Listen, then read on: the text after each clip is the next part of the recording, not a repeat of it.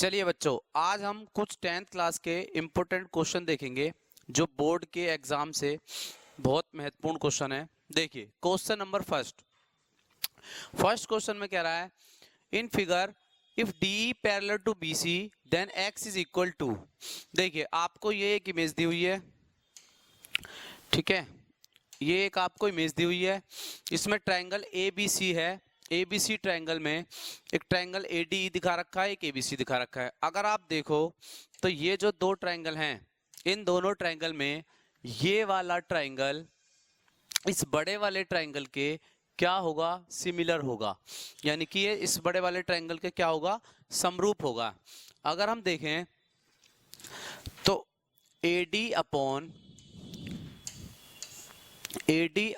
AB equal होगा DE upon BC के, क्योंकि सिमिलरिटी क्राइटेरिया क्या कहता है कि अगर कोई दो ट्रायंगल सिमिलर हैं तो उसमें हमारी जो बेसिक प्रोपोर्शनल साइड होंगी वो क्या होंगी, इक्वल होंगी।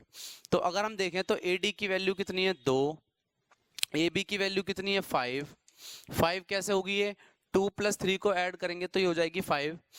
DE की वैल्यू कितनी है 4 और BC की वैल्यू कितनी है x। क्रॉस मल्टीप्लाई करेंगे तो क्रॉस मल्टीप्लाई करने पर ये होगा 2x is equal to 20, x is equal to 20 upon 2, 2 से 20 को डिवाइड करेंगे तो x इज इक्वल टू आएगा 10 सेंटीमीटर। यानी कि इसमें ऑप्शन सी हमारा क्या होगा, करेक्ट होगा। ऑप्शन सी हमारा करेक्ट होगा। चलिए नेक्स्ट देखते हैं। नेक्स्ट क्वेश्चन देखिए, sine 3 theta equal to cos theta minus 6 degree where 3 theta and theta minus 6 degree are both are acute angle. Acute angle मतलब दोनों के दोनों 90 से कम होंगे। Then the value of theta is, देखिए हमें पता है कि साइन 3 थीटा इक्वल टू दिया है कॉस थीटा माइनस 6 डिग्री, और हमें ये भी पता है कि साइन 90 माइनस थीटा, देखो ध्यान से 90 माइनस थीटा हमें क्या होता है, कॉस थीटा होता है। ठीक है, साइन 90 माइनस थीटा बराबर क्या होता है, कॉस थीटा। अगर साइन 90 माइनस थीटा बराबर कॉस थीटा है तो हम थीटा की वैल्यू को चेंज करेंगे।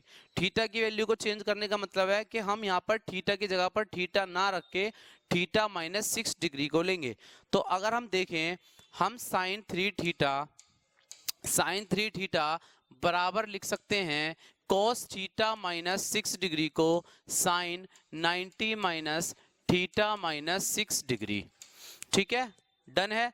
जैसे ही हम इसको sine 90 minus theta minus 6 degree लेंगे तो आपको पता है जब ट्रिग्नोमेट्रिक फंक्शन सेम होंगे तो थीटा भी इक्वल होंगे, तो 3 थीटा इक्वल हो जाएगा किसके, 90 माइनस थीटा माइनस 6 डिग्री के। क्लियर है। देखो ट्रिग्नोमेट्रिक फंक्शन चेंज होंगे, ट्रिग्नोमेट्रिक फंक्शन देखो अगर इक्वल है, ट्रिग्नोमेट्रिक फंक्शन अगर इक्वल है तो इनके थीटा भी बराबर होंगे। जैसे ही थीटा बराबर होंगे तो यहाँ पर 3 theta equal to 90 minus theta plus का 6 हो गया, यानी कि 3 थीटा, ये थीटा इधर आएगा तो ये हो जाएगा प्लस थीटा इक्वल टू 96, यानी कि 4 थीटा इक्वल टू हो गया 96, यानी कि थीटा इक्वल टू 96 अपॉन 4। अगर हम इसको डिवाइड करेंगे तो ये आएगा कुछ 24 डिग्री, यानी कि थीटा की जो वैल्यू आएगी वो आएगी 24 डिग्री। जो थीटा की वैल्यू आएगी कितनी आएगी, 24 डिग्री, यानी कि इसका जो ऑप्शन बी होगा वो करेक्ट होगा।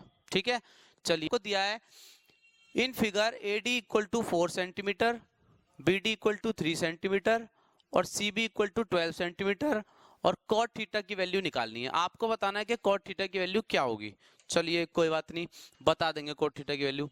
देखो ध्यान से देखो, अगर हम बात करें इस छोटे वाले ट्रायंगल की, जो हमें ये छोटा ट्रायंगल दिया है, अगर हम बात करें इस छोटे ट्रायंगल की तो यहाँ पर एंगल जब 90 का होगा तो यहाँ पर पाइथागोरस थ्योरम लगेगी। पाइथागोरस थ्योरम लगेगी। AD हमें कितना दिया हुआ है, 4 सेंटीमीटर दिया हुआ है। उसके बाद BD हमें 3 सेंटीमीटर दिया हुआ है। ठीक है, अब पाइथागोरस अगर हम लगाते हैं इसमें तो पाइथागोरस क्या कहती है, पाइथागोरस ये कहती है कि AB का स्क्वायर यानी कि ये इसका कर्ण होगा, हाइपोटेनिस होगा।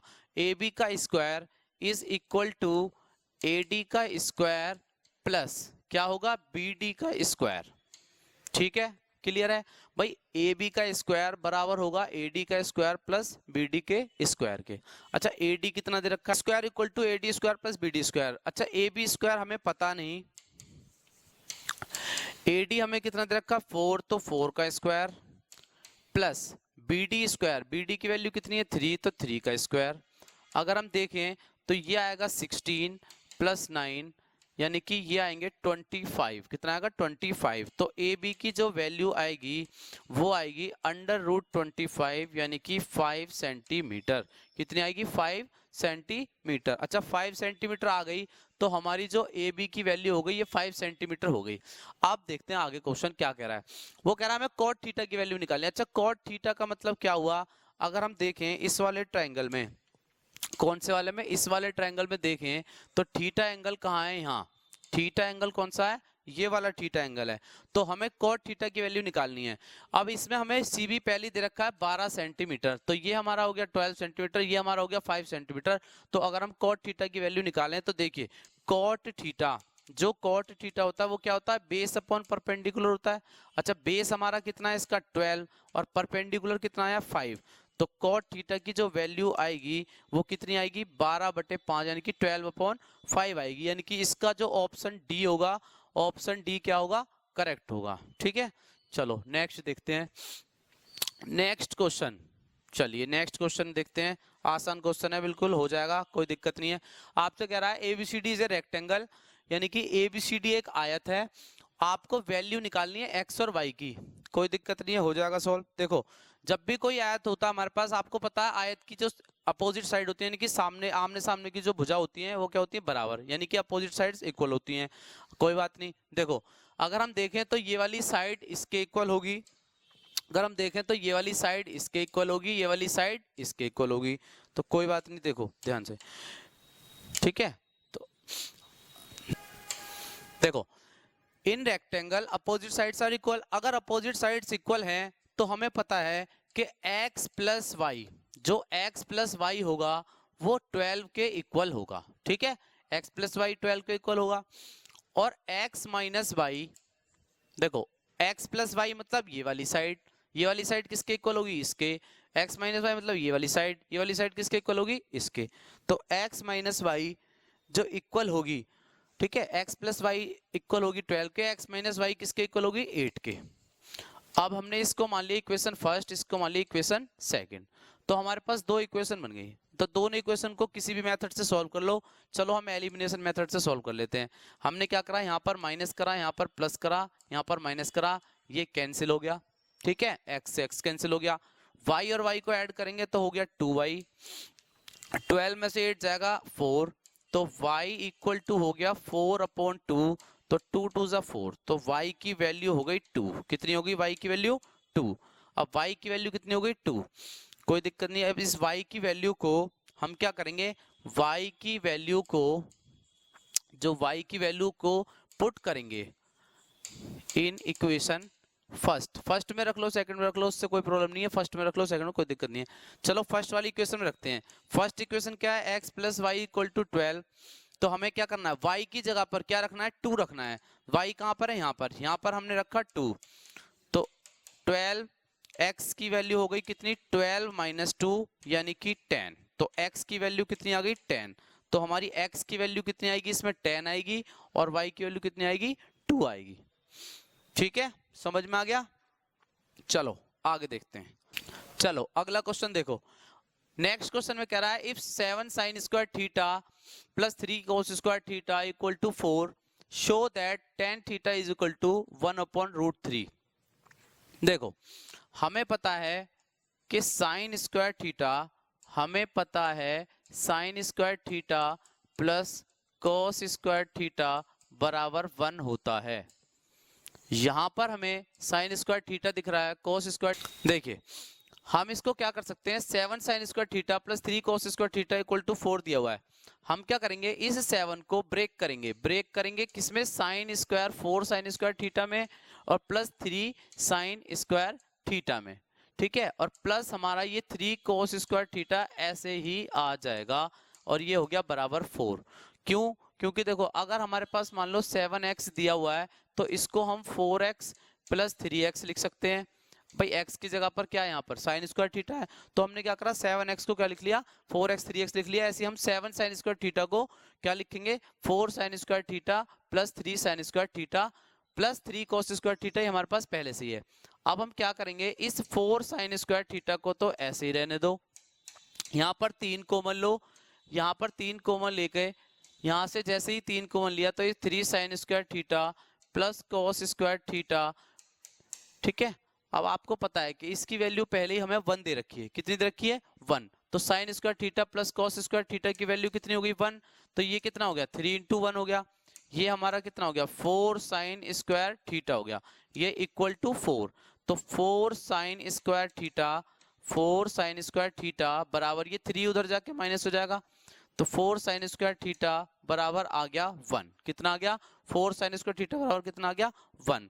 तो अगर हम साइन स्क्वायर थीटा की वैल्यू निकालें तो कितनी होगी 1/4 होगी, और अगर हम केवल साइन थीटा की वैल्यू निकालें तो साइन थीटा की वैल्यू कितनी होगी √1/4 होगी। ठीक है, तो यानी कि 1/2, तो साइन थीटा की वैल्यू कितनी होगी 1/2। अब हमें ये देखना है कि जो साइन थीटा की वैल्यू 1/2 है वो कितने एंगल पर आएगी।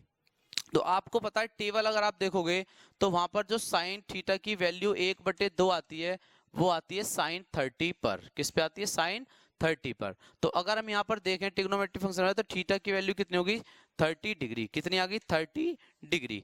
अब भाई 30 डिग्री आ गई तो हमें पता है टेन थीटा निकालना है। क्या निकालना है टेन थीटा। तो अगर हम टेन थीटा निकालें तो टेन थीटा इक्वल टू कितना होगा टेन 30 होगा। तो टेन 30 की वैल्यू कितनी होती है 1/√3। तो बस यही प्रूव करना था और यही वो प्रूव्ड हो गया। ठीक है, क्लियर है।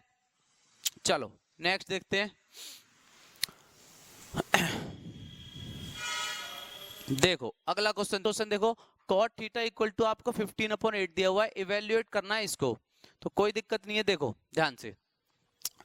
सबसे पहले हमें पता अगर हमें cot थीटा की वैल्यू दी है तो जो देखो cot थीटा इक्वल टू दिया 15/8, इवेल्युएट करना है 2 + 2 sin theta 1 - sin theta 1 + cos theta 2 - 2 cos theta. ठीक है, तो हम क्या करेंगे बेटा सॉल्यूशन देखो ध्यान से। अगर cot थीटा की वैल्यू दी हुई है इसका मतलब कहीं ना कहीं आगे जाके ये cot थीटा बन सकता है। तो हम क्या करेंगे केवल इस पर कॉन्सेंट्रेट करेंगे कि भाई इसको क्या सॉल्यूशन करना है, आगे जाके जो भी आएगा देखते हैं। देखो 2 + 2 sin थीटा, हम इसमें 2 कॉमन ले सकते हैं। भाई 2 कॉमन ले लिया, जैसे ही 2 कॉमन लिया यहाँ पर हो गया 1 + sin थीटा। ठीक है, जैसे ही 2 कॉमन लिया यहाँ पर आ गया 1 + sin थीटा। ये हमारा 1 - sin थीटा ऐसे ही रहेगा। अगर हम इन दोनों में से 2 कॉमन लेंगे तो 2 यहाँ पर आएगा, यह आएगा 1 + cos थीटा और यह आएगा 1 - cos थीटा। क्लियर है। अब हमें पता है कि sign square theta plus cos square theta बराबर 1 होता है। Sign square theta plus cos square theta बराबर 1 होता है, तो कोई दिक्कत नहीं है। अगर हम चाहें यहां से तो साइन स्क्वायर थीटा, देखो ध्यान से देखो, साइन स्क्वायर थीटा बराबर हम 1 - cos स्क्वायर थीटा लिख सकते हैं, और अगर हम चाहें तो cos स्क्वायर थीटा बराबर 1 - साइन स्क्वायर थीटा लिख सकते हैं। क्लियर है। वही देखो भाई sine square theta plus cos square theta बराबर 1 हो गया, तो sine square theta equal to 1 - cos square theta हो गया, और साइन cos स्क्वायर थीटा को हम 1 - साइन स्क्वायर थीटा लिख सकते हैं। अच्छा ऐसा क्यों? क्योंकि अभी इसमें जाके आगे यही बनने वाला है। देखो कैसे हमने क्या करा 1 + sin थीटा लिया 1 - sin थीटा लिया, तो कहीं यहाँ पर a + b और a - b का रूल लगेगा, और a² - b² होता है वो। तो हम क्या करेंगे यहाँ 2 से 2 कैंसिल करेंगे। यहाँ पर अगर हम देखें तो ये कुछ इस तरीके से बनेगा a + b और a - b। अच्छा ये भी हमें पता है कि अगर हमारे पास a + b दिया हुआ है और a - b दिया हुआ है तो वो हमारा होता है a², वो हमारा होता है, अगर हमें a + b a - b दिया हुआ है तो वो हमारा होता है a² - b²। ठीक है, तो देखो ध्यान से हमने क्या करा यहाँ पर, ये हो गया हमारा 1 का square minus sign square theta. ठीक है, कितना हो गया 1 का square minus sign square theta, और यहाँ पर हो गया 1 का square minus cos square theta. अगर हम देखें तो ये 1 माइनस साइन स्क्वायर थीटा हो गया, 1 माइनस साइन स्क्वायर थीटा बराबर क्या होता है कॉस स्क्वायर थीटा, और ये 1 माइनस कॉस स्क्वायर थीटा बराबर क्या होता है साइन स्क्वायर थीटा। तो ये आ गया आपका कॉस स्क्वायर थीटा अपॉन में साइन स्क्वायर थीटा। अब cos theta upon sine theta क्या होता है कॉट थीटा, तो cos theta upon sine theta होता है कॉट थीटा, तो ये है स्क्वायर, तो ये हो जाएगा कॉट स्क्वायर थीटा।